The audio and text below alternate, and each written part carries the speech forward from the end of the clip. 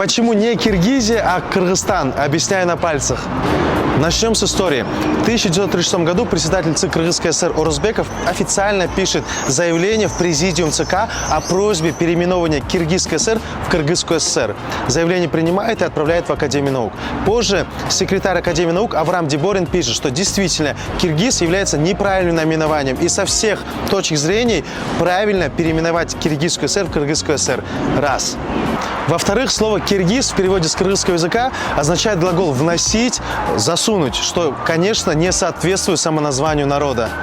В-третьих, согласно правилам русского языка, название страны, топоним, является именем собственным.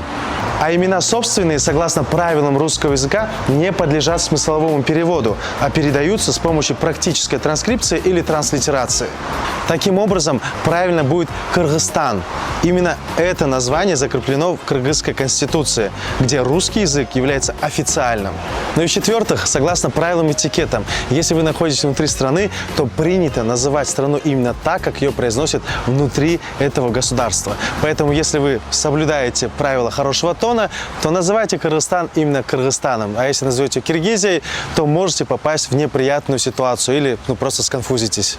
А для тех, кто говорит, что им сложно произнести слово «кыргыз», то вспомните слово «дырка», вспомните слово «кыштым», «кызыл», и вам сразу же станет легче, вы вспомните о существовании буквы «ы».